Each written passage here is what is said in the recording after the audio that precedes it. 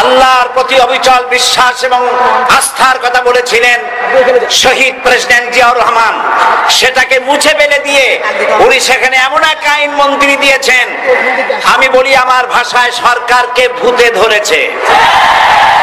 ভূতের পা নাকি থাকে পেছনের দিকে, সামনে যত এগোতে চায় তত পেছনে চলে যায়। সরকারে কিসে ধরেছে? ভূতে ধরছে। সরকারের মাথার উপরে চেপেছে বামপন্থীরা। बर्बाद गुलिस्तान के लिए एक ही उल्लू काफी है, गुलिस्तान की हर शाख पे उल्लू बैठे हैं, फिर अंजाम गुलिस्तान क्या होगा। ফুল বাগানের ধ্বংস করার জন্য একটা হুতুম পেঁচা যথেষ্ট, কিন্তু হুতুম পেঁচা বসে গেছে প্রত্যেক ডালে ডালে। ফুল বাগানের অবস্থা কি হবে আল্লাহই জানে। শিক্ষা ব্যবস্থায় তিন নাস্তিক বসা, আইন যাকে দেওয়া হয়েছে তিনি আইনের চেয়ারে বসে সব বেআইনি কথা বলতেছেন। তিনি বলতেছেন ধর্ম ভিত্তিক রাজনীতি চলবে না। প্রধানমন্ত্রী আপনি বলেন নাই আমরা আপনার কল্যাণকামী, যেভাবেই হোক আপনি প্রধানমন্ত্রী হইছেন, যেভাবেই হোক আপনি সরকারে গেছেন, আমরা চাই 5 বছর আপনি চালান, কিন্তু ভালোভাবে চালান। যাদেরকে বসাইছেন এই লোকগুলির একটু চেনেন। এই লোকগুলি হচ্ছে তারা যারা আপনার পিতা স্বাধীনতার স্থপতি প্রেসিডেন্ট মরহুম শেখ মুজিবুর রহমান, যার জনপ্রিয়তা ছিল আকাশচুম্বী, সে আকাশচুম্বী জনপ্রিয়তা থেকে মাটির সাথে ধসিয়ে দিল কারা? তাদেরকে আপনি মন্ত্রী বানিয়েছেন। আপনার পিতার যে দশা তারা করেছিল, এরাও আপনার সেই দশা করে ছাড়বে। তার প্রমাণ হচ্ছে মন্ত্রী বলছে ধর্মনিরপেক্ষ ধর্মভিত্তিক রাজনীতি চলবে না। আপনি বলেন নাই, উনি বলেছেন। আপনি প্রতিবাদ করেন নাই, আপনার প্রতিবাদ না করাটাই ওই বক্তব্য আপনি সমর্থন করেছেন বলে প্রমাণিত হয়ে গিয়েছে। ধর্মভিত্তিক রাজনীতি নিষিদ্ধ ঘোষণা করবার মতো দুঃসাহস করবেন না। ধর্মভিত্তিক রাজনীতি শুধু বাংলাদেশে নয়, ভারতে আছে, শ্রীলঙ্কা আছে, মালদ্বীপে আছে, অস্ট্রেলিয়া আছে, আমেরিকা আছে, নিউ গিনি আছে, অস্ট্রেলিয়া আছে, আমেরিকা আছে, ইউরোপে আছে। পৃথিবীতে গণতান্ত্রিক অন্তত 50টি দেশে ধর্মভিত্তিক রাজনীতি আছে। তারা ইলেকশন করছে এবং ক্ষমতায় গিয়ে তারা পার্লামেন্টে অংশগ্রহণ করছে। বাংলাদেশে ধর্মনিরপেক্ষ রাজনীতি আপনি বন্ধ করতে পারবেন না, অসম্ভব। আইন মন্ত্রী আইন পাশ করে নিষিদ্ধ ঘোষণা করার জিনিস পান নাই। আপনি আইন পাশ করে নিষিদ্ধ করুন, সোনার ছেলেরা টেন্ডারবাজি করতে পারবে না, নিষিদ্ধ। মাস্তানি করতে পারবে না, মেয়েগুলারে SMS করতে পারবে না ফ্রি টক টাইমে, শয়তানি বদমাশি করতে পারবে না, ওজনে কম দিতে পারবে না, খাদ্যে ভেজাল দিতে পারবে না। এইসব নিষিদ্ধ করতে পারবেন না। নিষিদ্ধ করার জিনিস পায় না, ধর্ম নিষিদ্ধ করো। তার মানে ধর্ম নিষিদ্ধ করতে পারলেই বড় বড় বোতল খাওয়া যায়। ধর্ম নিষিদ্ধ করতে পারলেই চুরি করা যায়, ডাকাতি করা যায়, বদমাশি করা যায়। আমার সম্মানিত সেক্রেটারি জেনারেল বলেছেন ক্লাস 9 এর ছাত্রকে অশ্লীল বাবলা দিয়া রিমান্ডে নেওয়া যায়। এই কাজ আপনারা বন্ধ করে দিন। আমি ছোট্ট একটি কথা বলে বক্তব্য শেষ করব। আপনারা সমস্ত 144 জারি করতেছেন, সব 144 জারি করেন কোরআনের তাফসীরের উপরে। যারা কোরআনের তাফসীরের উপরে 144 চালু করেন, আল্লাহর কাছে জবাব দিতে হবে কিয়ামতের ময়দানে। শেষ কথা বলি, বসেন বসেন, শেষ কথা বলে যাই। প্রধানমন্ত্রী, মাননীয় প্রধানমন্ত্রী, আপনাকে আবার বলি, আমরা আপনার শত্রু নই, আমরা আপনার শত্রু নই। আপনার শত্রু আপনার পাশেই। সিংহ, সিংহ, একটা সিংহ আর একটা নেকড়ে আর একটা পাতিশিয়াল, এই তিনটাই মিলে সারাদিন পরিশ্রম করে তিনটা শিকার করেছে। একটি খরগোশ, একটি হরিণ আর একটা বড় গরু। সিংহ বলছে আমি পরিশ্রম করে আমরা তিনজনে শিকার করছি, কিন্তু আমার নিয়ম হলো বিচার ব্যবস্থা না করিয়া, ভাগ না করিয়া খাওয়া আমি পছন্দ করি না। তো আমি প্রথমে দায়িত্ব দিলাম নেকড়ে, গায়ে নেকড়ে ভাগ কর। নেকড়ে বললো মহারাজ এটা ভাগ করার কি আছে, ওই খরগোশটা বেটা পাতিশিয়াল খাক, হরিণটা আমি খাই, যেহেতু আপনার দেহ বড়, আপনি মহারাজ আপনি গরুটা খান। সিংহের মেজাজ খারাপ বেয়াদব, এই ধরনের অসম বন্টন নীতি কে তোকে শিখালো? এক থাপ্পড় মারছে, নেকড়ের কল্লা উড়ে গিয়ে 50 হাত দূরে পড়ে গেছে। এবার সিংহ বলছে, এই শিয়াল ভাগ কর বেটা। শিয়াল কয়, মহারাজ এই সাধারণ জিনিসে কি ভাগ করার কোন বিষয়? কয় না, ভাগ না করলে তো আমি খাইতে পারি না। তো ভাগটা যদি আমার করতেই বলেন, আমি বলবো খরগোশ দিয়ে আপনি ব্রেকফাস্ট করবেন, লাঞ্চ করবেন হরিণ দিয়ে, ডিনার করবেন গাভী দিয়া। মহারাজ খুব খুশি, হ্যারে শিয়াল রে, এত সুন্দর ইনসাফ ভিত্তিক বন্টন নীতি কে তোরে শিখালো রে? কয়েছে একটু আগে যে কল্লা দিয়া গেল ওই আবার শিখাই গেছে। কাজী ধর্মভিত্তিক রাজনীতি নিষিদ্ধ করতে গিয়ে ফেরাউন আর নমরুদ যে শিক্ষা পেয়েছে তার থেকে শিক্ষা গ্রহণ করুন।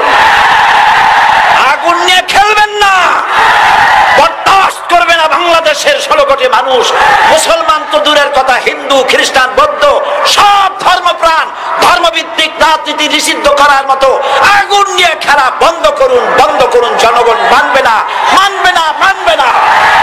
আল্লাহ হাফেজ। বাংলাদেশ জিন্দাবাদ, বাংলাদেশ জামাত ইসলামী জিন্দাবাদ, বীর চট্টলা জিন্দাবাদ। তরুণ যুবকরাই হচ্ছে ইসলামের সম্পদ। ইসলামের সম্পদ কে? তরুণ আর যুবকেরা।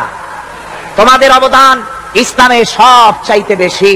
মনে রাখবেন যুবকেরা, শোনো, ইসলাম প্রতিষ্ঠিত হয়েছে তোমাদের রক্তের উপরে। কাদের রক্তের উপরে? যুবকদের রক্তের উপরে। যারা ইসলাম প্রথম কবুল করেছিলেন তারা কিন্তু বুড়ো ছিলেন না কেউ। প্রথম যে ব্যক্তি ইসলাম কবুল করলেন হযরতে সাইয়্যিদুনা আবু বকর সিদ্দিক রাদিয়াল্লাহু তাআলা আনহু, বয়স ছিল 37 বছর। 37 বছর বয়সে দাঁত টাত পড়িয়া খুনখুনা বুড়া হয়ে গেছিল নাকি? হযরত ওমর ইসলাম যখন কবুল করেন তখন তিনি ছিলেন 26 বছরের টকবকে যুবক। যৌবনের রক্ত পা এবং মাথা পর্যন্ত শিরায় উপশিরায় ধাবমান এই যুবক হযরত ওমর 26 বছর বয়সের সময় ইসলাম কবুল করেন। হযরত আব্দুর রহমান বিন আউফ যখন ইসলাম কবুল করেন বয়স ছিল মাত্র 17 বছর। হযরত আলী যখন ইসলাম কবুল করেন তখন বয়স ছিল মাত্র 8.5 বছর। তোমাদের মতো তরুণেরা, যুবকেরাই সর্বপ্রথম কলেমার পতাকা ধারণ করে রাসূলকে সাহায্য করেছিল। সুবহানাল্লাহ।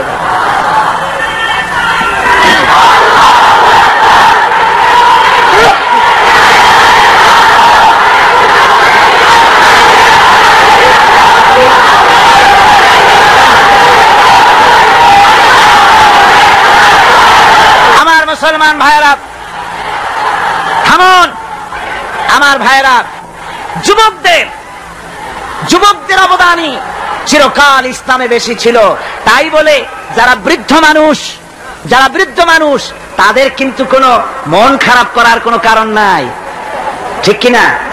যেহেতু আমরা যারা বয়সের প্রান্তে এসে গেছি আমরাও যৌবন কালটা পেরিয়ে এসেছি, ঠিক কিনা? আরেকটি কথা, কিয়ামতের দিন কোন বুড়ো মানুষ বেহেশতে যাবে না, সব যুবকরা যাবে।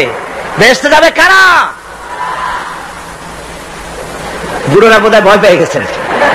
রাসূল পাক সাল্লাল্লাহু আলাইহি ওয়াসাল্লাম বলেছেন, আমার কথা না, হুজুর বলেছেন কোন বুড়ো মানুষ বেহেশতে যাবে না, কোন কালো মানুষ বেহেশতে যাবে না। এখন রাসূল যদি বলেন তার কথাই তো আইন। হুজুর বলেন কালো মানুষ বেহেশতে যাবে না, একটা কালো মানুষ কান দিয়ে তো পড়েই গেছে। হুজুর বলেন কেঁদো না, তুমি যখন বেহেশতে যাবে চাঁদের মতো সুন্দর চেহারা নিয়ে বেহেশতে যাবে। বুড়ার কান্না দেখে হুজুর বলছেন কেঁদো না, তুমি যখন বেহেশতে যাবে আল্লাহ তোমার যুবক বানায় পাঠাই দিবে। যেহেতু বেহেশত হচ্ছে যুবকদের জন্য। সুবহানাল্লাহ। অত নাজ নিয়ামত, অত আনন্দ, বুড়া মানুষে তো খাইয়ে খুঁয়ে বেহেশত নষ্ট করে ভালোবাসে। এই জন্য যৌবন দরকার, স্বাস্থ্য দরকার বেহেশত উপভোগ করার জন্য। সেই জন্য বেহেশতে যাবে কারা? তরুণেরা যাবে। কারা যাবে? তরুণ তরুণী দিয়ে আল্লাহ পাক বেহেশত ভরে ফেলবেন। সুবহানাল্লাহ। আমার তরুণেরা, যুবকেরা শোনো, রাসূলুল্লাহ তোমাদের কত সম্মান দিয়েছেন। কে সম্মান দিয়েছেন? রাসূলুল্লাহ। রাসূলুল্লাহ এক জায়গায় বক্তৃতা করতেছিলেন, বক্তৃতা করছে, এমন সময় দেখা গেল একজন তরুণ সাহাবী, নাম তার জারীর রাদিয়াল্লাহু তাআলা আনহু। চাঁদের মতো চেহারা তার ছিল, খুব সুন্দর চেহারা ছিল তার। হযরত জারীর বসতে না পেরে জায়গা পায় না, দাঁড়ায় আছে। রাসূল নিজের গায়ের চাদরটা খুলে জারীরের দিকে নিক্ষেপ করলেন, বললেন, জারীর দাঁড়িয়ে আছো, আমার চাদরের উপরে বসো। সুবহানাল্লাহ।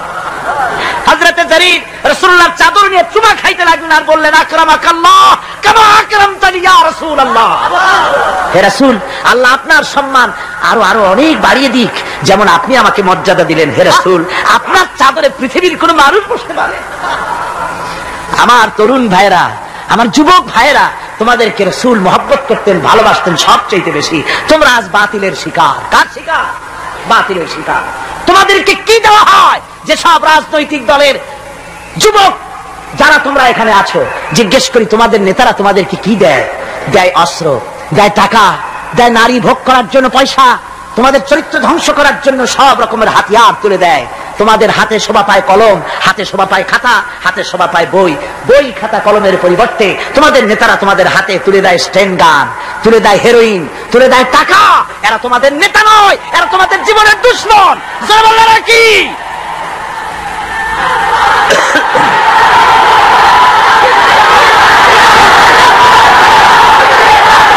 আমার যুবক ভাইয়েরা, আমার কলেজ ইউনিভার্সিটির ছাত্র ভাইয়েরা, একটুখানি মাথা খাটায় চিন্তা করো।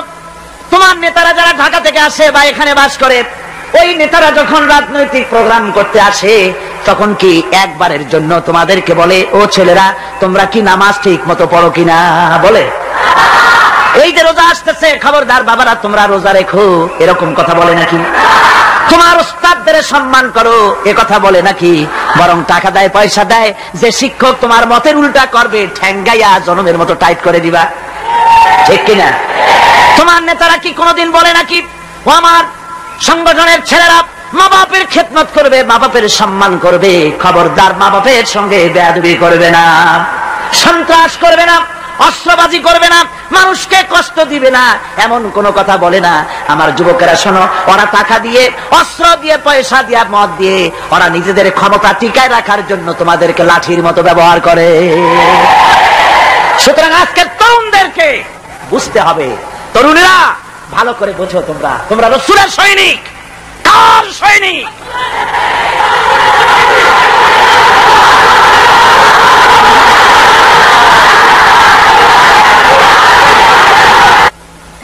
তরুণেরা, যুবকেরা, তোমাদের এগিয়ে আসতে হবে। নির্যাতিত মানবতার পাশে তোমাদেরকে দাঁড়াতে হবে। আজ শ্রমিকরা তাদের ন্যায্য পাওনা পাচ্ছে না, কৃষক তাদের উৎপাদনের মূল্য পাচ্ছে না, এক নারী তার সতীত্বের গ্যারান্টি পাচ্ছে না। মানুষেরা আজ নির্যাতিত, নিপীড়িত। সারা পৃথিবীতে Bosnia, Algeria, Somalia, Palestine, Kashmir, Burma, Philippines, Bharat, পৃথিবীর সর্বত্র নির্যাতিত মুসলমানদেরকে বাঁচাবার জন্য আমার খালিদ বিন ওলীদের উত্তরসূরিরা, সালাউদ্দিন আইয়ুবী, জামালউদ্দিন আফগানি, হযরত আলীর উত্তরসূরি, আজকের মাহফিলের যুবক আর তরুণরা, তোমরা কি রক্ত দিতে পারবে?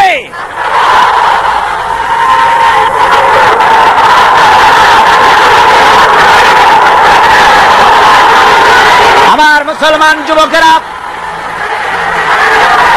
আল্লাহর রাস্তায়, আল্লাহর রাস্তায়, আল্লাহর রাস্তায় রক্ত দিলে তার অবস্থা কি হবে শোনো।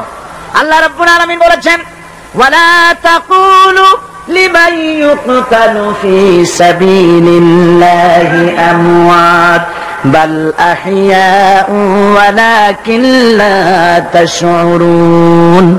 আল্লাহ রাব্বুল আলামিন বলেন, আমার রাস্তায় যারা নিহত হয়েছে, আমার রাস্তায় যারা জীবন দিল, ওরা মরে গেছে এই কথা তোমরা বলো না।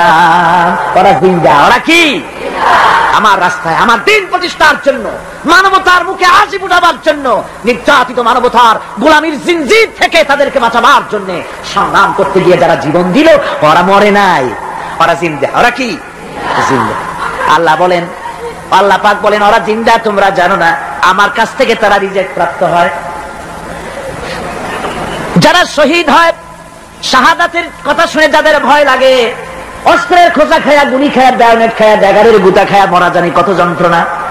নবীজি বলতেছেন, আন আবি হুরায়রা রাদিয়াল্লাহু তাআলা আনহু আন্না রাসূলুল্লাহ সাল্লাল্লাহু আলাইহি ওয়াসাল্লাম মা ইয়াজিদু আশ-শাহীদু মিন মাসসিল কাতল কামা ইয়াজিদু আহাদুকুম মিন মাসসিল কারছা। তিরমিজি, আনাসাই।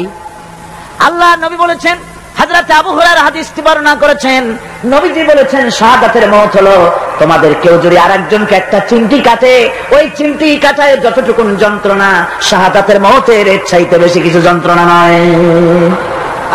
শাহাদাতের মওতটা হচ্ছে একটা সেতু। এটা কি সেতু? এটা ব্রিজ। এপারে দুনিয়া, ওপারে আল্লাহ। সুবহানাল্লাহ ওয়া বিহামদি। মরার সাথে সাথে দিদার ইলাহি নসিব হয়ে যাবে। সুবহানাল্লাহ ওয়া বিহামদি। সাহাবায়ে কেরাম, আপনি চিন্তা করেন, তাদের মা বাবা বিবি বাল বাচ্চা সন্তান সবকিছুকে ফেলে রেখে আল্লাহর দ্বীনের জন্য রক্ত দিতে পেরেছেন। কি কারণে? জীবনকে তাদের কাছে তুচ্ছ মনে হয়েছে। এই জীবন জীবন নয়, ওই জীবনই তো সবচেয়ে সেরা জীবন, যে জীবনে আমার মাওলা আমার উপরে খুশি হয়ে যাবে, সুবহানাল্লাহ, আমার মাবুদ আমার উপরে খুশি হয়ে যাবে। ওইটা হচ্ছে সবচেয়ে নিয়ামতের মওত। এই জন্য রাসূল সাল্লাল্লাহু আলাইহি ওয়াসাল্লাম বলেছেন, কেউ যদি শাহাদাতের তামান্না করে দিল থেকে, সে যদি তার বিছানায় মরে, আল্লাহ পাক ওটাকে শাহাদাত হিসেবে ধরে নেবেন। হযরত ওমর রাদিয়াল্লাহু তাআলা আনহু দোয়া করতেন, আল্লাহুম্মা রযুকনি শাহাদাতান ফি সাবিলিক ওয়াজআল মাউতি ফি বালাদি রাসূলিক। আয় আল্লাহ, তুমি দয়া করে মেহেরবানি করে আমাকে শাহাদাতের পেয়ালা পান করাও। শাহাদাতের মওত সবচেয়ে নিয়ামতের মওত। কিয়ামতের দিন এই শহীদ তার আত্মীয় স্বজনের ব্যাপারে 70 জন লোকের ব্যাপারে আল্লাহর কাছে সুপারিশ করার মতো পাওয়ার লাভ করবে শহীদ। ভাইরা, এই শাহাদাত নসিব হওয়ার জন্য তামান্না আমাদের দিলের মধ্যে থাকা উচিত। আল্লাহ দ্বীন প্রতিষ্ঠার জন্য প্রয়োজনে আমরা জান দিব, মাল দিব। পারবো না? পারবো কিনা? আমার ভাইরা, আব্দুল উজ্জা মক্কা শরীফে বাড়ি, 20 বছরের যুবক, কলিজার মধ্যে সবসময় চায় এতিম মানুষ, বাপ মারা গেছে একেবারে ছোট অবস্থায়, খুব গরিব। চাচা তাকে বড় করেছে, চাচা তাকে ঘর দিয়েছে, বাড়ি দিয়েছে।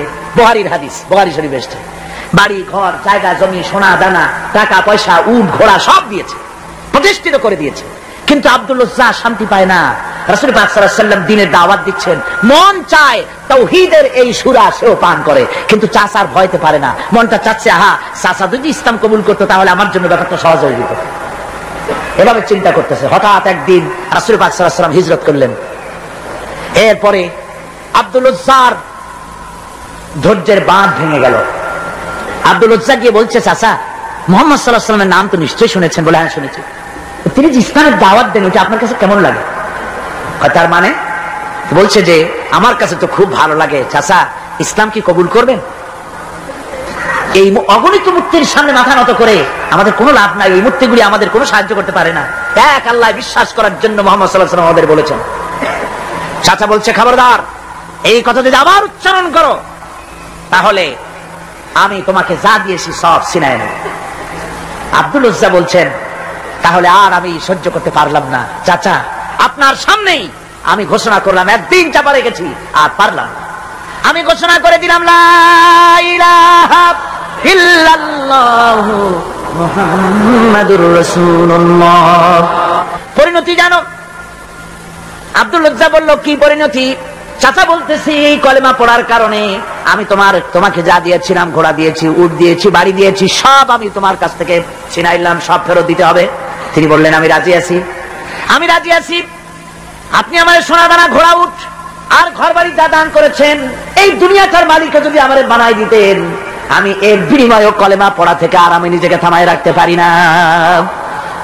বলে, আমার সব আমাকে ফেরত দাও। বলল, দিলাম, যা আপনি দিয়েছেন সব আপনাকে ফেরত দিলাম।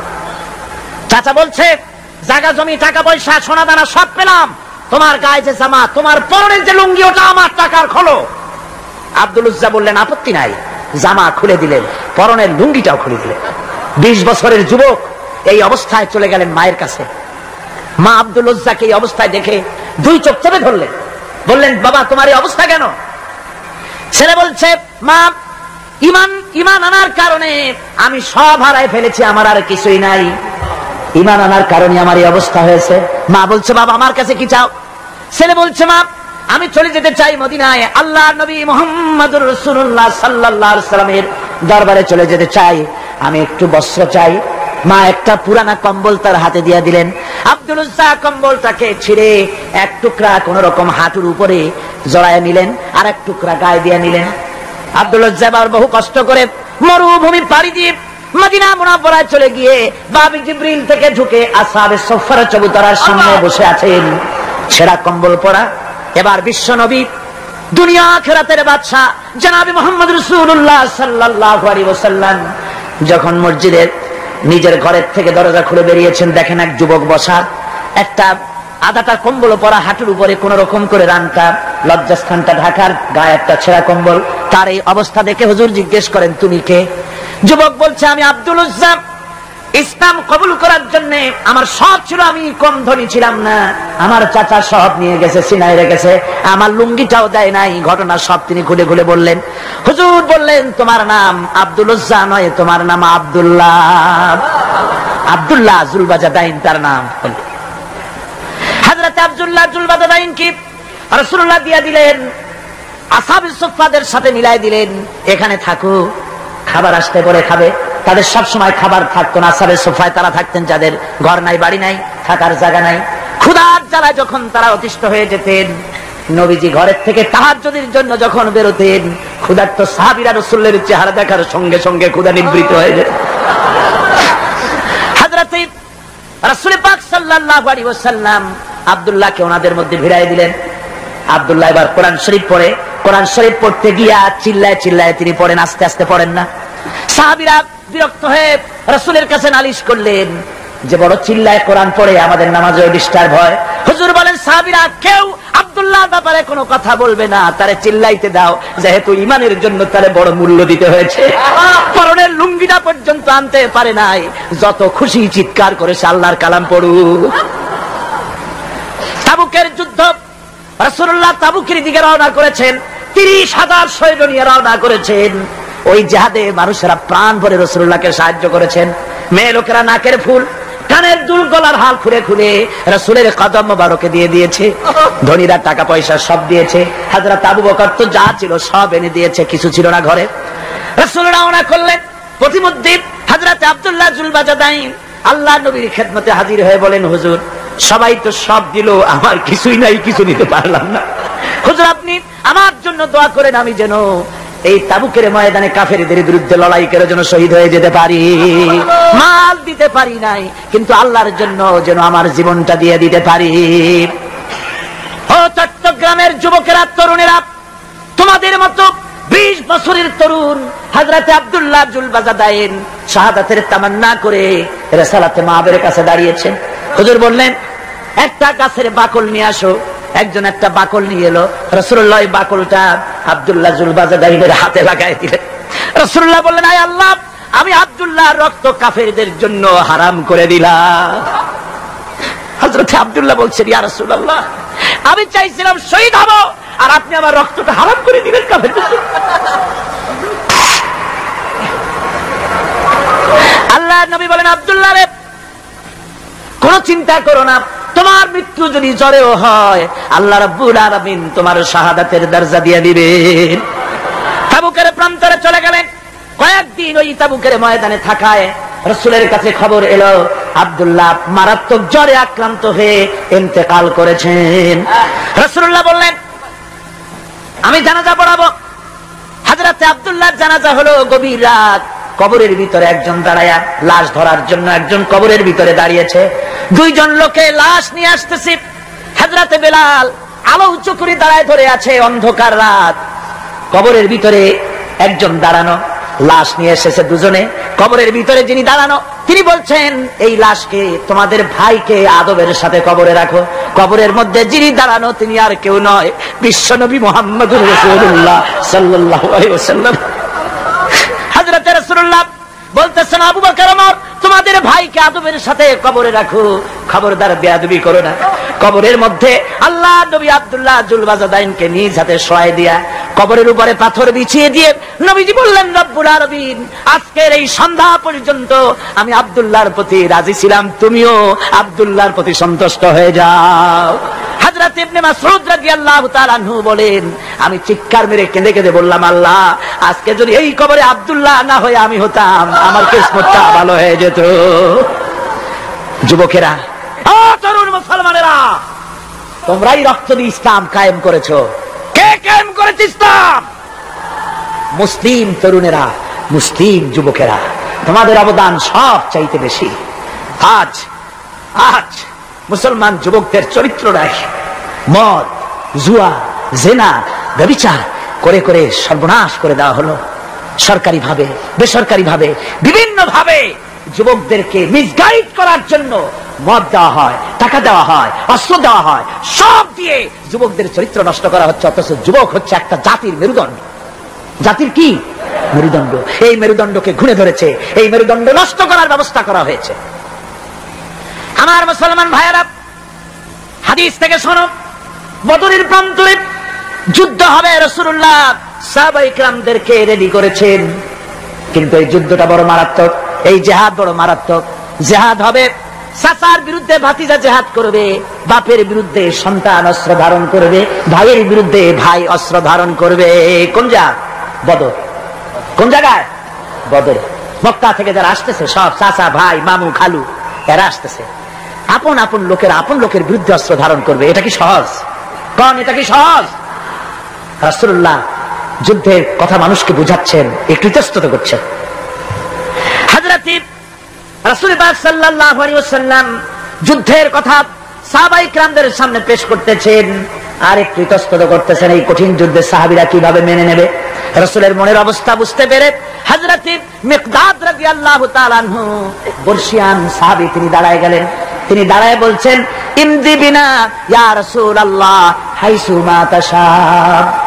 হে রাসূল, আপনি আমাদেরকে নিয়ে চলুন, আল্লাহ যেদিকে আপনাকে যেতে বলে, হাইসুমা তাশা আয় হাইসুমা আমারাকাল্লাহ, যেদিকে আল্লাহ আপনাকে যেতে বলেন আমাদেরকে নিয়ে আপনি সেদিকে চলেন। ইন্না লা নাকুলু লাকা কামা ক্বালা বানু ইসরাঈল লিমূসা আলাইহিস সালাম, ইযহাব আনতা ওয়া রাব্বুকা ফাকাতিলা ইন্না হাহুনা কাঈদুন। আমরা মুসা আলাইহিস সালামের উম্মতের মতো বলবো না যে হে মুসা, তুমি আর জিবরাইল আর তোমার আল্লাহ যুদ্ধ করো, আমরা ঘরে বসে আরাম করি। এই কথা আমরা বলবো না হুজুর। বল ইযহাব আনতা ওয়া রাব্বুকা ফাকাতিলা ইন্না মাকুমা মুকাতিলুন। হে রাসূল, বরং আমরা বলবো আপনি যুদ্ধ করুন, আপনি আমাদের নিয়ে চলুন, আমরা লড়বো আপনার সাথে কাফেরদের বিরুদ্ধে। ততক্ষণ পর্যন্ত লড়বো মা দামাত আইনুন মিন্না তাতাররাফ। ও রাসূল, যতক্ষণ আমাদের চোখের একটা পাতাও নড়ে ততক্ষণ আপনার সাথে আমরা লড়বো। সুবহানাল্লাহ। মানে জীবন যতক্ষণ আছে আপনার সাথী হয়ে কাফেরদের বিরুদ্ধে লড়তে থাকবো। হুজুর খুব খুশি হয়ে গেল। হুজুর কি হলেন? দারুণ খুশি হয়ে গেল। আল্লাহ নবী খুশি হয়ে বললেন, ও সাহাবীরা, তোমাদের মানসিক অবস্থা যখন এই কুবু বিনা ইলা জান্নাতিন, জান্নাতুন আরদুহা কারদিস সামাওয়াতি ওয়াল আরদ। ও সাহাবীরা, তোমাদের মানসিকতা যখন এমন, তখন আমার সাথে তোমরা দাঁড়াও, আমার সাথে ওঠো, আমার সাথে চলো জান্নাতের দিকে। রাসূলুল্লাহ বলছেন, আমার সাথে চলো বেহেশতে। কোন বেহেশত? এমন বেহেশত যে বেহেশতের বিশালতা আর প্রশস্ততা ওই বিশাল আকাশ আর জমিনের চাইতেও বেশি। এই বিরাট জান্নাতের দিকে চলো আমার সাথে। ফাকামা উমাইর বিন হামান ওয়া কানা ইয়াকুলু তামার। যুবকেরা, তোমাদের মতো তরুণ, তোমাদের মতো এক যুবক যার নাম উমাইর, তিনি দাঁড়িয়ে গেলেন, হাতে ছিল খোরমা, খোরমা খাচ্ছিল। দেখেন না, বক্তৃতা হয়, মাঠে ওয়াজ নসিহত হয়, আর যুবকেরা দাঁড়ায় দাঁড়ায় বাদাম খায়, হয় না? ওই সাহাবী ওই সময় তো বাদাম টাদাম হয়তো পায় নাই, খোরমা খাচ্ছে, খোরমা চাবাচ্ছে, বিসি ফালাই দিতেছে, আর এইভাবে খাচ্ছে আর হুজুরের কথা শুনছে। হুজুরের কথা শুনে উমাইর বলছেন, বাহ বাহ, এটা একটা আঞ্চলিক শব্দ, এর অর্থ হচ্ছে আয় মা আযমাহু ওয়া মা আহসানাহু। হে রাসূল, আপনি কত সুন্দর কথা বললেন, আপনি কি বিশাল কথা বলেছেন, কত বড় কথা বলেছেন। জিহাদ করলে, জান দিলে এমন বেহেশত পাবো, জান্নাতুন আরদুহা কারদিস সামাওয়াতি ওয়াল আরদ, যে বেহেশতটা হবে ওই বিশাল আকাশের চাইতেও বিস্তীর্ণ, এমন বেহেশত পাবো। ওয়াল্লাহি লাউ কুনতু হাইয়ান হাত্তা আকুলাহুন্না ইন্নাহা লাহায়াতুন তাওয়িলা। আল্লাহর কসম, আমি যদি হাতের সবগুলি খোরমা খেতে যাই তাহলে তো অনেক সময় লাগবে, বেহেশতে যেতে দেরি হয়ে যাবে, অনেক দেরি হয়ে যাবে বেহেশতে যেতে। ফারামা বিহিন্না, হাতের সবগুলি খোরমা তিনি ফেলে দিলেন। ও যুবকেরা, হযরত ওমর তোমার মতো যুবক খোরমা খাওয়া সহ্য করলেন না আল্লাহর জান্নাতে যাওয়ার লোভে। জান্নাতে যেতে দেরি হয়ে যাবে, আল্লাহর সঙ্গে দিদার করতে দেরি হয়ে যাবে, এই মনে করে হাতের খোরমাগুলি ফালায় দিলেন, জিহাদের ময়দানে ঝাঁপায়ে পড়লেন। হাদিস শরীফে এসেছে, উমাইর জিহাদ করে বেশ কিছু কাফেরদেরকে নিহত করে নিজেও শহীদ হয়ে গেলেন। রাসূলুল্লাহ বদরের শাহাদাতের জানাজা করার সময় একজন সাহাবী বলে দিলেন, হুজুর এই সেই উমাইর আপনি যখন বেহেশতের কথা বলছিলেন, খুরমাগুলি খাওয়ার তর সহ্য হয় নাই বেহেশতে যাওয়ার জন্য, এই সেই উমাইর, আল্লাহর নবী উমাইরের কাছে দাঁড়ায় আঙ্গুল দিয়ে তার শরীরের দিকে দেখায় বললেন, ইন্নাকা মিন আহলিহা, ও যুবক, যেই বেহেশতের জন্য খুরমা খাওয়ার সময় তুমি পাও নাই, আমি নবী সাক্ষী দিচ্ছি তুমি অবশ্যই সেই বেহেশতের অধিবাসী, ওই বেহেশত তোমার জন্য। সুবহানাল্লাহ। আমার ভাইরা, কিয়ামতের দিন এই জান্নাত আল্লাহ রাব্বুল আলামিন দান করবেন ওই সব লোকদের জন্য যারা জান দিবে, মাল দিবে, রক্ত দিবে আল্লাহর দ্বীনের জন্য। কিসের জন্য? আল্লাহ দ্বীন কায়েমের জন্য। যারা জান মাল ওয়াকফ করে দেবে, জীবনকে উৎসর্গ করে দেবে, তাদের জন্য আল্লাহ পাক এই বিরাট নিয়ামত রেখেছেন। তরুণদের বলতে চাই, যুবকদের বলতে চাই, আর বাতিলের পেছনে ঘুরো না, আর তোমার ওই সব নেতাদের পেছনে ঘুরো না যারা নিজেরাও নামাজ পড়ে না, তোমাকেও নামাজের কথা বলে না। ওরা নিজেরা মিথ্যা কথা কয়, তোমরা টের পাও না? কি বলেন, টের পাওয়া যায় না? মারামারি করে নিজেরা আর বদনাম দেয় অপরের উপরে। চোখের সামনে যারা এরকম পারে, চোখের সামনে যারা এরকম পারে, তাহলে রাত দিন 24 ঘন্টা তাদের আমলটা কেমন? এদের পেছনে ঘুরে কোনো লাভ নাই। কোনো লাভ আছে? হ্যাঁ, একটা লাভ আছে। সেই লাভটা হচ্ছে টাটকা কিছু সুখ পেতে পারো, কিছু মদের টাকা, কিছু হোটেলের টাকা, কিছু পরের মেয়ে নিয়ে ঘোরার টাকা, কিছু ভ্রমণের টাকা, কিছু অস্ত্রপাতি, কিছু ত্রাস সৃষ্টি করা। আর ত্রাস সৃষ্টি করবার কয়টা অস্ত্রের মালিক হইছ? যুবক, তরুণ, বিপদগামী তরুণদের বলবো, সরকার অননুমোদিত অস্ত্র যাদের কাছে আছে, শুনে রাখো, এই অস্ত্র কাউকে ক্ষমা করে না। এই অস্ত্র কাউকে ক্ষমা করে না। সাপ পোষার মতো, যে সাপ তুমি দুধ কলা দিয়ে পোষো, ওই সাপ তোমাকে আবার দংশন করবে। ওঝা মরে না? মরে না। সাপ খেলা যারা দেখায় তারা মরে কিনা? ওই সাপেই তাকে কাটে। সুতরাং গভর্নমেন্ট অনুমোদিত অস্ত্র তোমার কাছে, পাইপ গান, রিভলভার, স্টেন গান, এলএমজি, আদমজি, কত রকমের অস্ত্রপাতি যুবকদের কাছে। ঘুম নাই, সারা রাত অস্ত্র থাকে কাছে, আর কি কি লাল পানি খাইয়া চোখ দুইটা থাকে এত বড় বড়, দেখলেও ভয় করে, মাথায় ভাল্লুকের মতো চুল। মানুষ মারো তোমরা, মানুষ মারো। আহা, যারে মারলা একটুখানি হিউম্যানিটি, বিবেক দিয়ে চিন্তা করো। যাকে মেরেছ ওই রাত্রে তার বাড়ির কাছে যাও, ওই রাত্রে গোপনে তার বাড়ির কাছে গিয়ে দেখো তার মা কিভাবে তার সন্তানের জন্য কাঁদতেছে, মায়ের কোলটা খালি হয়েছে বলে কিভাবে কাঁদতেছে, তার বাবা কিভাবে কাঁদতেছে, তার বউ থাকলে কিভাবে ছটফট করতেছে, তার কলিজার টুকরা সন্তান থাকলে কিভাবে আব্বা আব্বা বলে কাঁদতেছে। যারে গুলি করে মেরেছো একবার বাড়ির কাছে গিয়ে কান পাচা শোনো। মনে রাখো যুবক, সন্ত্রাসীরা, শুনে রাখো, অস্ত্র দিয়া মানুষকে যারা মেরেছো, আল্লাহর কসম করে বলি, যেভাবে মেরেছো ওইভাবে তোমাকেও নিহত হতে হবে, কোনো সন্দেহ নাই। বাড়িতে গিয়ে ডায়েরিতে লিখে রাখো আমার কথা।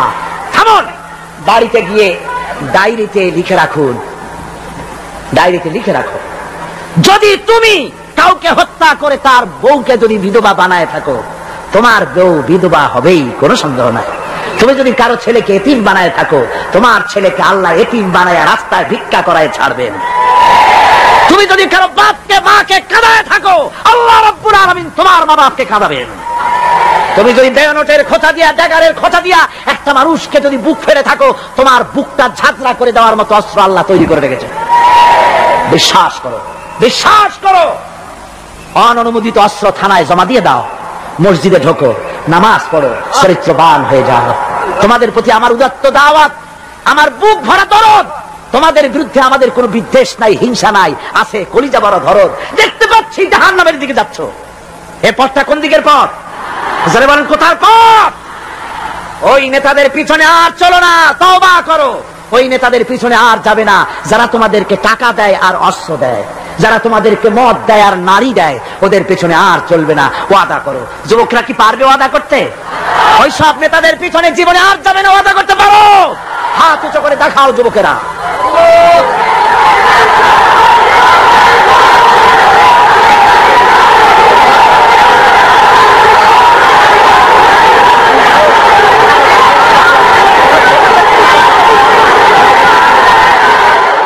সুতরাং ইসলামকে জমিনে টিকিয়ে রাখার জন্য চাই সংগ্রাম। তাই আল্লাহ রাব্বুল আলামিন বলেছেন, ওয়াতুজাহিদুনা ফি সাবিলিল্লাহি বিআমওয়ালিকুম ওয়া আনফুসিকুম যালিকুম খায়রুল লাকুম ইন কুনতুম তা'লামুন। আল্লাহ পাক বলেন, আমার রাস্তায় জিহাদ করো, জান দাও, মাল দাও, জান দাও, জিহাদ করো, এটাই হলো উত্তম কাজ। যদি তোমরা ইসলাম বুঝে থাকো, এটাই তোমাদের জন্য কল্যাণকর।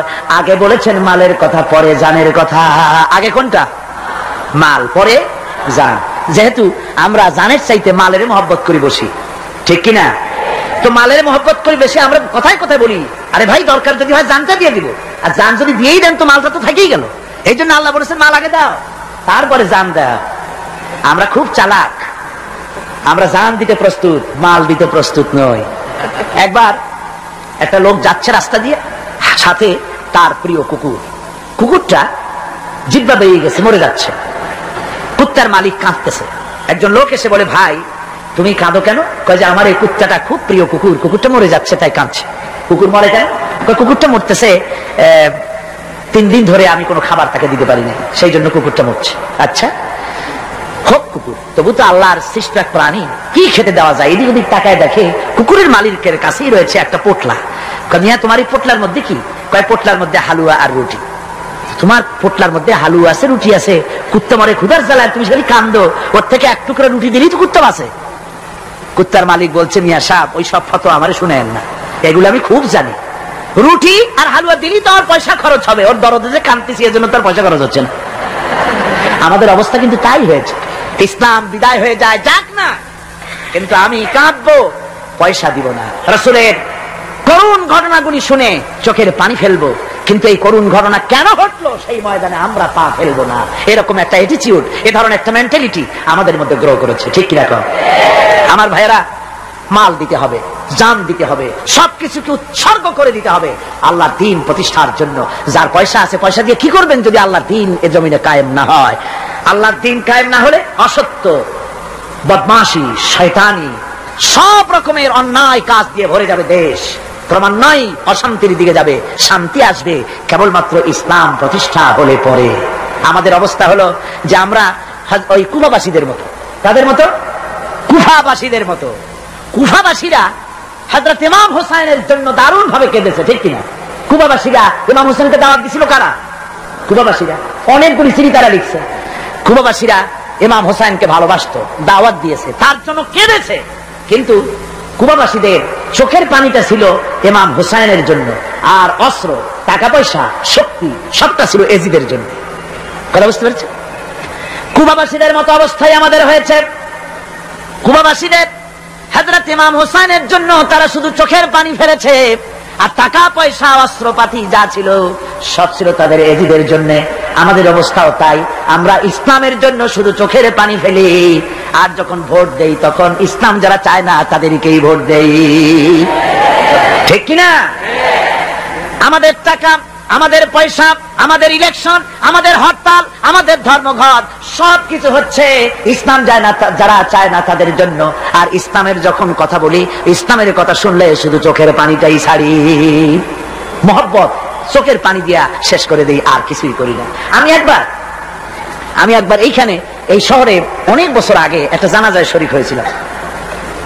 কোন মাঠে আমার এখন তার মনে নেই।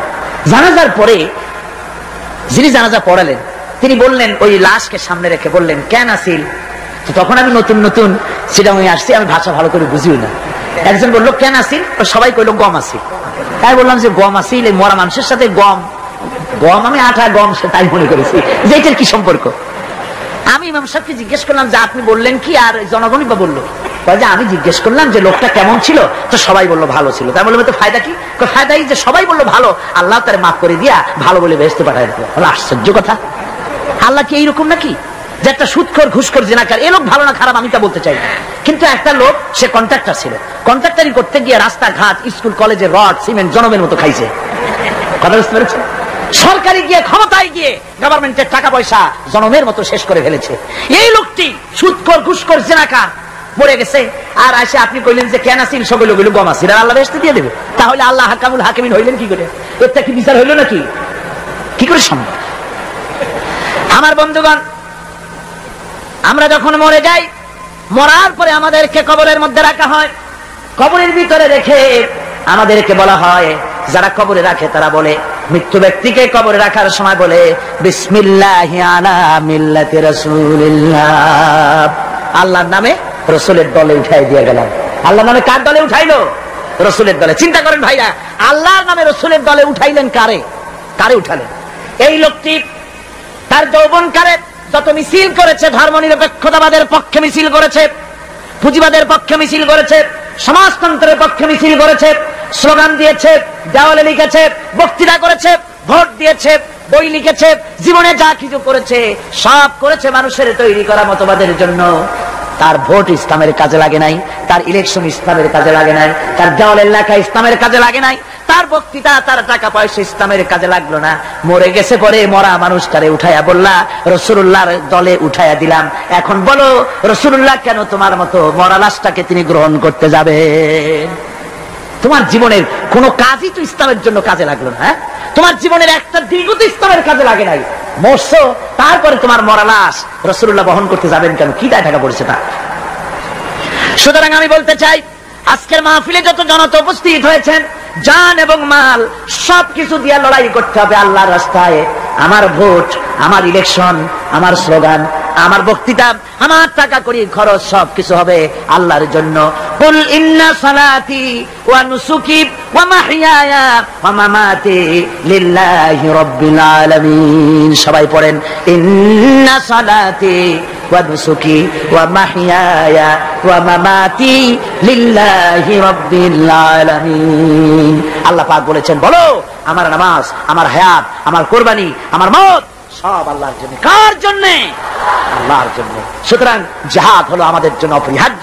সেই কথাটি এতক্ষণ ধরে বুঝালাম। বিশ্ব মানবতার মুক্তি, নারীর মুক্তি, শ্রমিকদের মুক্তি, মানুষের মুক্তি, গরিবের মুক্তি, শ্রমিকের মুক্তি, বিশ্ব মানবতা, নির্যাতিত মানবতার মুক্তি আসতে পারে কেবলমাত্র জিহাদের মাধ্যমে। আল্লাহর দ্বীন প্রতিষ্ঠা করে মানুষের মুখে হাসি ফুটানো যেতে পারবে। আর কোন পথ আছে? আর কোন পথ আছে? আর কোন পথ নাই। আল্লাহ যেন এই রাস্তায়, এই জিহাদের রাস্তায়, দ্বীন প্রতিষ্ঠার রাস্তায় আমাদেরকে সক্রিয়ভাবে অংশগ্রহণের তৌফিক দেন। সবাই বলুন আমিন। সবাই বলুন আমিন। আল্লাহুম্মা আমিন। রব্বানা যালামনা আনফুসানা ওয়া ইন লাম তাগফির লানা ওয়া তারহামনা লানাকুনান্না মিনাল খাসিরিন। ربنا ظلمنا أنفسنا وإن لم تغفر لنا وترحمنا لنكونن من الخاسرين ربنا نبيين। तमाम পৃথিবীর মাটির নিচে হযরতে আদম থেকে নিয়ে পর্যন্ত সমস্ত নবী, সমস্ত সাহাবী, সমস্ত নবীদের স্ত্রীগণ, আয় আল্লাহ তোমার এই দ্বীনকে প্রতিষ্ঠা করার জন্য যারা শাহাদাত বরণ করলেন, যত মুমিন মুমিনাত সকলের আরো পরে সওয়াব পৌঁছায় দাও রব্বুল আলামিন। আমরা যারা হাত তুলেছি এর মধ্য থেকে মা বাপ যাদের দুনিয়া থেকে জরুবের মতো বিদায় হয়ে গেল, আল্লাহ রব্বুল আলামিন আমাদের আব্বা আর আম্মা দুনিয়া থেকে যাদের জন্মের মতো বিদায় হয়ে গেছে, কবরটাকে জান্নাতের টুকরা বানায়া দাও রব্বুল আলামিন। আমাদের মা বাপের কবরের মধ্যে বেহেশতের বাগান বানায়া দাও। রব্বিরহামহুমা কামা রব্বায়ানি সগীরা, রব্বিরহামহুমা কামা রব্বায়ানি সগীরা। সবাই পড়েন, রব্বিরহামহুমা কামা রব্বায়ানি সগীরা। আয় আল্লাহ তোমার রহমতের নজর দিয়ে আমাদের দিকে তাকাও আল্লাহ। আমরা সারা জীবন গুনাহ করেছি, বেয়াদবি করেছি, আল্লাহ তুমি দয়া করে আমাদের জিন্দেগীর সমস্ত গুনাহ খাতা মাফ করে দাও রব্বুল আলামিন। এই মাহফিলের ভিতরে জিনাকার থাকতে পারে, হত্যাকারী থাকতে পারে, সুদখোর থাকতে পারে, ঘুষখোর থাকতে পারে। আয় আল্লাহ যত গুনাহগারেরা মিলে আমরা হাত তুলেছি, যেমন গুনাহগার আছে তেমন ভালো মানুষ এই মাহফিলে আছে। আয় আল্লাহ অসম্ভব নয়, এই মাহফিলে তোমার অনেক ওলিরা হাত তুলেছে। আয় আল্লাহ আলেমে দ্বীনরা হাত তুলেছে, হাফেজে কোরআন হাত তুলেছে, মুরব্বীরা ওস্তাদরা হাত তুলেছে, কচি কচি মাসুম বেগুনা বাচ্চারা হাত তুলেছে। রব্বুল আলামিন আমাদের গুনার দিকে নজর করো না, আমাদের গুনার দিকে তাকালে তোমার গোসা বেড়ে যেতে পারে।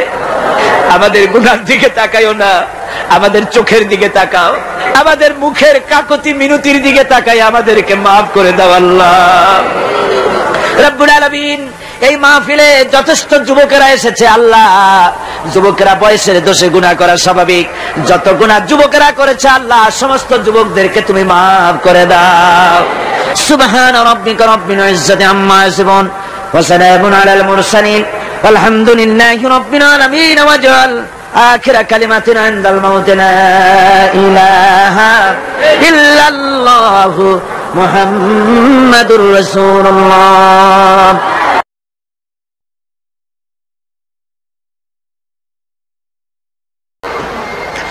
الذي خلق سبع سماوات طباقا ما ترى في خلق الرحمن من تفاوت فارجع البصر هل ترى من فتور।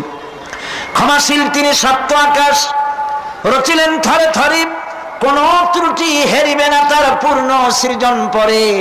চাও তুমি তার সৃষ্টি পানে, দেখো কিছু বলছু, ফিরাও তোমার নয়ন খানি, ফিরাও তোমার মুখ।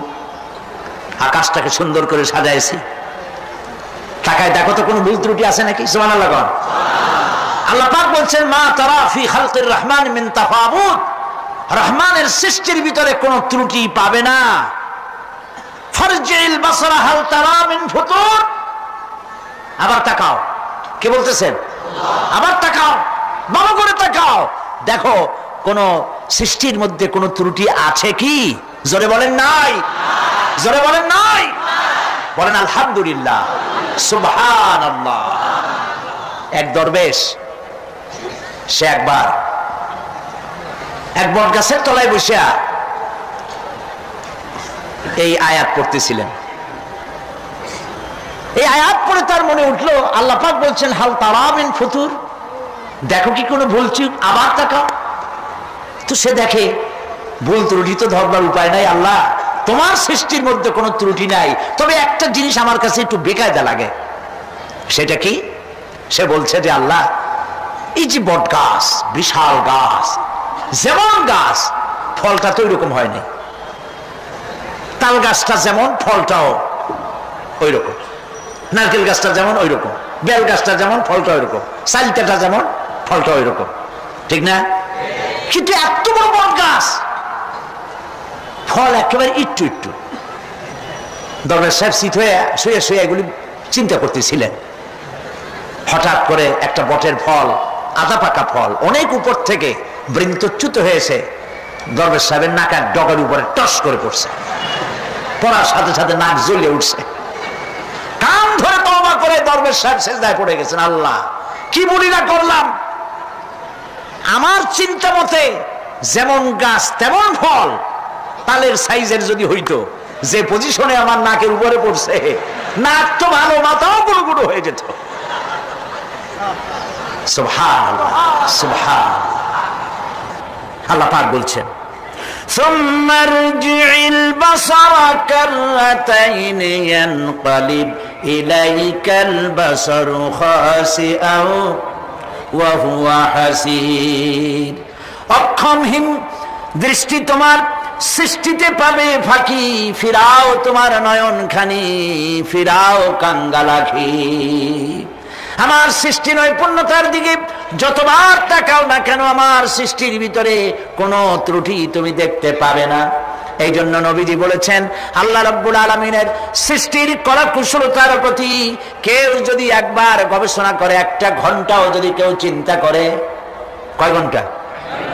একটি ঘন্টা আল্লাহর সৃষ্টি নৈপুণ্যতা সম্পর্কে একটি ঘন্টা যদি কেউ চিন্তা করে, গবেষণা করে, নবীজি বলেছেন ওই বান্দার আমল নামায় আল্লাহ পাক 60 বছরের নফল ইবাদতের সব লিখে দিবে। চিন্তা করো, গবেষণা করে, শ্রদ্ধায় মাথা নত হয়ে আসবে, আপনাতেই সেজদা করবে। সুবহানাল্লাহ। এরপরে আল্লাহ পাক বলেন ওয়াজআলনা সিরাজান ওয়াহাজা, আর আমি তোমাদের উপরে আকাশ সৃষ্টি করেছি, আর ওর মধ্যে আমি সৃষ্টি করেছি মহাশূন্যে এক অতি উত্তপ্ত অতি উজ্জ্বল এক বাতি সৃষ্টি করেছি। সিরাজ শব্দের অর্থ হলো সূর্য, ও আজ এ শব্দের অর্থ হচ্ছে একই সাথে অতি উত্তপ্ত অতি উজ্জ্বল। সূর্যের ব্যাস হচ্ছে পৃথিবীর চাইতে, সূর্যের ব্যাস হচ্ছে পৃথিবীর চাইতে 109 গুণ, এবং এর আয়তন পৃথিবীর চাইতে 13 লক্ষ গুণ বড়, আর দূরত্ব হচ্ছে পৃথিবীর মাটি থেকে 9,30,00,000 মাইল ব্যবধানে এই সূর্যকে আল্লাহ পাক স্থাপন করেছেন। এই সূর্যের মধ্যে যেমন রয়েছে তাপ, আবার তেমন রয়েছে আলট্রা ভায়োলেট রে। সূর্যের মধ্যে অনেক কিছু আছে, এখনো বিজ্ঞানীরা তা আবিষ্কার করতে পারে নাই। এর মধ্যে কল্যাণধর্মী জিনিসও আছে এবং অকল্যাণ জাতীয় কিছু জিনিস আছে। সেটা কি কারণে, সেটা আল্লাহ ভালো জানেন, আমরা জানি না। আমরা মনে করি অকল্যাণ, আল্লাহ জানেন ওর মধ্যে কি কল্যাণ আছে। যেমন সাপের বিষ, আমরা সাপ দেখলেই মারি, কিন্তু সাপ আপনাকে ক্ষতি না করলে আপনি মারবেন কেন? আর যদি ক্ষতি করার মনে হয়, ক্ষতির মতো মনে হয়, মেরে ফেলে দিন। এটা বলা হয় হাদিস শরীফে, ক্ষতিকর মনে হলে মেরে ফেলে দিন। কিন্তু সাপ তার বিষের মধ্যে মানুষের জীবন রক্ষাকারী ওষুধ সাপের বিষ দিয়েই তৈরি হয়। সূর্যের মধ্যে অকল্যাণ ধর্মী যা আছে সেটা কেন, এটা আমরা জানি না। এখন অকল্যাণ ধর্মী যে জিনিসটাকে বিজ্ঞানীরা মনে করেন, সেটার নাম হলো আলট্রা ভায়োলেট রে, অতি বেগুনি রশ্মি। এই অতি বেগুনি রশ্মি, এটার অ্যাকশন হচ্ছে এই যে প্রাণী জগতের মধ্যে যদি এটা লাগে, এসে পড়ে পৃথিবীতে যদি স্পর্শ করে, তাহলে ক্যান্সার সহ নানাবিধ দুরারোগ্য ব্যাধিতে গোটা পৃথিবী ছড়িয়ে পড়বে। ওই আলট্রা ভায়োলেট রে যাতে পৃথিবীর মাটি স্পর্শ করতে না পারে, সেজন্য আল্লাহ রাব্বুল আলামিন ওজোন স্তর তৈরি করেছেন। OZONE, ওজোন স্তর তৈরি করা আছে যাতে করে ওই রেটা পাস করতে না পারে। সেই রেতে বিজ্ঞানীরা লক্ষ্য করেছে, রেতে ফাটল ধরেছে। সূর্য কত দূরে? 9,30,00,000 মাইল দূরে। মানুষেরা, বিজ্ঞানীরা টের পেয়েছে যে ওজোন স্তরে ফাটল ধরেছে। সুবহানাল্লাহ। আল্লাহ পাক বলছেন, ওমা উতীতুম মিনাল ইলমি ইল্লা কালিলা, তোমাদেরকে খুব সামান্যতম জ্ঞান আমি দান করেছি। সামান্য জ্ঞান দিয়ে গেছে কতদূর দেখেন। সুবহানাল্লাহ বলেন। চিন্তায় শ্রদ্ধায় মাথা নত হয়ে আসবে। এগুলি যদি হয় সাধারণ জ্ঞান, ছোট্ট জ্ঞান, সামান্যতম জ্ঞান, তাহলে আমার আল্লাহ সুবহানাহু ওয়া তাআলার জ্ঞান কত অসীম, কত অনন্ত, কত চিরন্তন। সুবহানাল্লাহ। সে আল্লাহ রাব্বুল আলামিন ওজোন স্তরকে রেখেছেন, ওটা ক্র্যাক করেছে। কেন ক্র্যাক করেছে? ক্র্যাক করেছে এনভায়রনমেন্ট নষ্ট করার কারণে। আমরা গাছ কেটেছি, যত গাছ কেটেছি তত গাছ লাগাই নেই। টেলিভিশনে যে গাছ সম্পর্কিত যে বিজ্ঞাপনগুলি দেওয়া হয়, এগুলি নিছক কোন বিজ্ঞাপনের উদ্দেশ্যে বিজ্ঞাপন নয়, এগুলি বাস্তব। নবী করিম সাল্লাল্লাহু আলাইহি ওয়াসাল্লাম গাছ কাটতে নিষেধ করেছেন। প্রয়োজনে কাটুন, প্রয়োজনে, বিনা প্রয়োজনে আপনি গাছের পাতাও ছিঁড়বেন না, প্রয়োজনে গাছটাও কেটে ফেলতে পারেন। পাতা ছিঁড়বেন না কেন? যেহেতু প্রত্যেকটি পাতা আল্লাহ রাব্বুল আলামিনের জিকির করছে।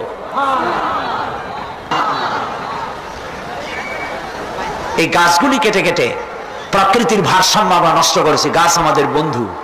আমরা বাতাস থেকে অক্সিজেন গ্রহণ করি, অক্সিজেনকে কার্বন ডাই অক্সাইড করে ছেড়ে দেই। কার্বন ডাই অক্সাইড হচ্ছে প্রাণী জগতের জন্য বিষ। এই বিষকে নষ্ট করে দিয়ে অক্সিজেনকে পরিশোধিত করা, রিফাইন করার কোন ফ্যাক্টরি পৃথিবীতে নাই। আল্লাহ রাব্বুল আলামিন এই সৃষ্টি জগৎকে বাঁচাবার জন্য অসংখ্য গাছ বানিয়েছেন, আর গাছের খাদ্য বানিয়েছেন কার্বন ডাই অক্সাইড। আমার জন্য যেটা বিষ, সেটা গাছের জন্য খাদ্য। গাছ সারা রাত এটাকে খাইলো, দিনের বেলায় সূর্যের তাপে এই কার্বন ডাই অক্সাইড আর গাছের সবুজ রং, পাতার সবুজ রঙে মিলে এক প্রকারের রন্ধন ক্রিয়ার মধ্য দিয়ে কার্বন ডাই অক্সাইড আবার ফ্রেশ অক্সিজেন হয়ে পৃথিবীর প্রাণী জগৎকে বাঁচার জন্য পথ উন্মুক্ত করে দেয়। আল্লাহ সুবহানাহু ওয়া তাআলা তিনি বলছেন, এভাবে করে আমি এই সূর্যের তাপ দিয়ে পৃথিবীবাসীকে কল্যাণধর্মী হিসেবে সূর্যকে সৃষ্টি করেছি। এই সূর্যের তাপ, এটা একটি বিরাট অগ্নিকুণ্ড। কোটি কোটি বছর ধরে ভূপৃষ্ঠে আলো এবং উত্তাপ ছড়িয়ে যাচ্ছে। সুবহানাল্লাহ বলেন। বলেন তো, পৃথিবীর সমস্ত আগুন সব যদি এক জায়গায় করা হয়, সূর্য 1 সেকেন্ডে যে তাপ পৃথিবীতে দেয়, ওরকম 1 সেকেন্ডের তাপ পৃথিবীর সব আগুন এক জায়গায় হইয়া সমভাবে সর্বত্র ছড়াতে পারবে কি? সুবহানাল্লাহ, কি কুদরত আল্লাহ পাকের। চৈত্র বৈশাখ মাসে আল্লাহ পাক সূর্যের তাপ, এত তাপ দেন, মাথার ঘাম পায়ে পড়তে থাকে। লোকেরা বলে কাঁঠাল পাকা গরম, তাল পাকা গরম। চট্টগ্রামে বলে কিনা? আবার এখন জানুয়ারি মাস, এখন আল্লাহ পাকের এসি প্লান্ট আল্লাহ ছেড়ে দিয়েছেন। সুবহানাল্লাহ, পৃথিবীর সমস্ত এসি প্লান্ট একসাথে ছেড়ে দেন, সারা পৃথিবী তো দূরের কথা, একটা জেলাও ঠান্ডা করতে পারবে না, একটা উপজেলাও ঠান্ডা করতে পারবে না। বড় জোর আপনার লোট্টা ফিশ, আপনার রূপচান্দা মাছ, ইলিশ মাছ, এগুলোর ঠান্ডা বানাই দিতে পারবে, কিন্তু একটা এলাকা ঠান্ডা বানাইতে পারবে না। বুদ্ধিজীবীদেরকে জিজ্ঞেস করি, মাথার চুল তো উঠাইছো, এই আল্লাহ পাকের কুদরত সম্পর্কে একটা সেকেন্ড চিন্তা করেছো কিনা? সুবহানাল্লাহ। মদিনা মুনাওয়ারা যে দেখুন, মদিনা মুনাওয়ারা, মসজিদ আন-নববী আশ-শরীফ, আল মদিনা আল মুনাওয়ারা, সোনার মদিনা। সুবহানাল্লাহ।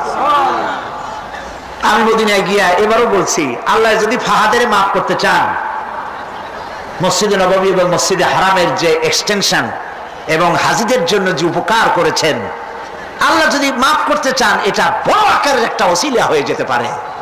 এক সময় গরমে কষ্টে অস্থির হয়ে যেতাম মসজিদে নববীতে, এখন মসজিদে নববীতে ঢুকলে মনে হয় জান্নাতের মধ্যে। আর জান্নাত তো চিন্তা করা যায় না, কোনো চোখ নাই যা দেখছে, কোনো কল্পনা নাই, যা মন নাই যা কল্পনা করছে, এটার সাথে তুলনাই হবে না। তবে মনে হয় যেন জান্নাতের মধ্যে ঢুকে গেছি। প্রত্যেকটি খামের গোড়া থেকে ঠান্ডা বাতাস উঠতেছে, প্রত্যেকটি পিলারের গোড়া থেকে। মসজিদে নববী থেকে 3 কিলোমিটার দূরে এসি প্লান্ট। পৃথিবীর সব থেকে বড় এসি প্লান্ট হচ্ছে মদিনা মুনাওয়ারায় এসি প্লান্ট, যেটা দিয়ে মসজিদে নববী, যেখানে 8 লক্ষ মানুষ একসাথে নামাজ পড়তে পারে, ঠান্ডা উঠতেছে। সুবহানাল্লাহ। ভাইদের বলি, হজ যারা করছেন, পয়সা করি আছে, হজ করেছেন, ভালো করেছেন, মাঝে মধ্যে সময় পেলে রমজান মাসে যায়েন। মানুষেরা আমাদের দেশের হলিডে করতে কপাল পোড়ারা সিঙ্গাপুর যায়, ব্যবসা করতে যান, আমার আপত্তি নেই, আমেরিকা যান, সিঙ্গাপুরে যান, ব্যাংকক যান, হংকং যান, থাইল্যান্ড যান, যা বললে সেখানে যান, কিন্তু হলিডে করার জন্য এইসব জায়গায় না গিয়া পয়সাগুলি জমাইয়া রমজান মাসে যাইয়েন মদিনা মুনাওয়ারায়, আর আল্লাহর ঘর মসজিদে হারামে। সুবহানাল্লাহ। কোরআন নাজিল কেমনে হয়েছে তা তো দেখি নাই। ইমাম যখন তারাবির মধ্যে তেলাওয়াত করেন, মনে হয় যেন আকাশ থেকে এখন কোরআন নাজিল হচ্ছে। সুবহানাল্লাহ, কি তেলাওয়াত! যেমন শেখ আব্দুর রহমান আস-সুদাইস, তেমন সাউদ আশ-শুরাইব, তেমন শেখ আব্দুর রহমান আল হুজাইফি। সুবহানাল্লাহ, সুবহানাল্লাহ। এবার লাইলাতুল কদরে আল্লাহ পাকের মেহেরবানি, প্রতি বছর আমার একটা যাওয়ার, রমজানে একটা সুযোগ হয়, আল্লাহ করে দেন। বাইতুল শরীফের মরহুম হযরত পীর সাহেব হযরত মাওলানা শাহ আব্দুল জব্বার রাহমাতুল্লাহ আলাইহি, নওয়ার আল্লাহু মারকাদাহু ওয়া জাআলাল জান্নাতা মাসওয়াহু। কলিজা থেকে দোয়া আসে। বহুত পীর দেখছি জীবনে, বাইতুল শরীফের পীরের মতো পীর দেখি নাই। মুরিদের টাকা নিয়ে শুধু পকেট ভরে নাই, মেয়ে লোকদের গায়ে হাত দিয়ে ফু দেয় নাই, তাবিজের ব্যবসা করে নাই। মুরিদেরা যা দিয়েছে সেই টাকা দিয়া তিনি মসজিদ বানাইছেন, মাদ্রাসা বানাইছেন। সুবহানাল্লাহ। নিজের বাড়িটা যেখানে তার স্ত্রী থাকেন, বাইতুল শরীফ পীর সাহেবের স্ত্রী যে বাড়িতে থাকে, আমি যা শুনেছি দেখি নাই, বাড়িটা বেচলে 50,000 টাকা হবে কিনা সন্দেহ। হযরত মাওলানা শামসুদ্দিন সাহেব বলছেন উনি নিজে দেখেছেন। পীর সাহেব আমাকে দাওয়াত দিয়েছেন বহুবার, আমি যাইতে পারি নাই। 2 হাতে মানুষের উপকার করতেন, এই জন্য বলছি আমি এরকম দেখি নাই। পীর আমি খারাপ আমি কথা বলবো না, ভালো মন্দ মিলাই আছে। বহুত পীর আছে জামায় পকেট যে কত উনি নিজেও গুনে কুলিতে পারবে না, খালি ঢুকাইতেই থাকে জনমের মতো, বাইরে দেখায় আমি খুব দুনিয়া সম্পর্কে গাফেল। ঢাকায় যায় দেখবেন সুপার মার্কেট আছে, ট্রান্সপোর্ট বিজনেস আছে, আর বাইতুল সাহেবের পীর সাহেবের মধু বেচতেন আর আতর বিক্রি করতেন, মধু আর আতর, এগুলো দিয়ে তার জীবিকা নির্বাহ করতেন।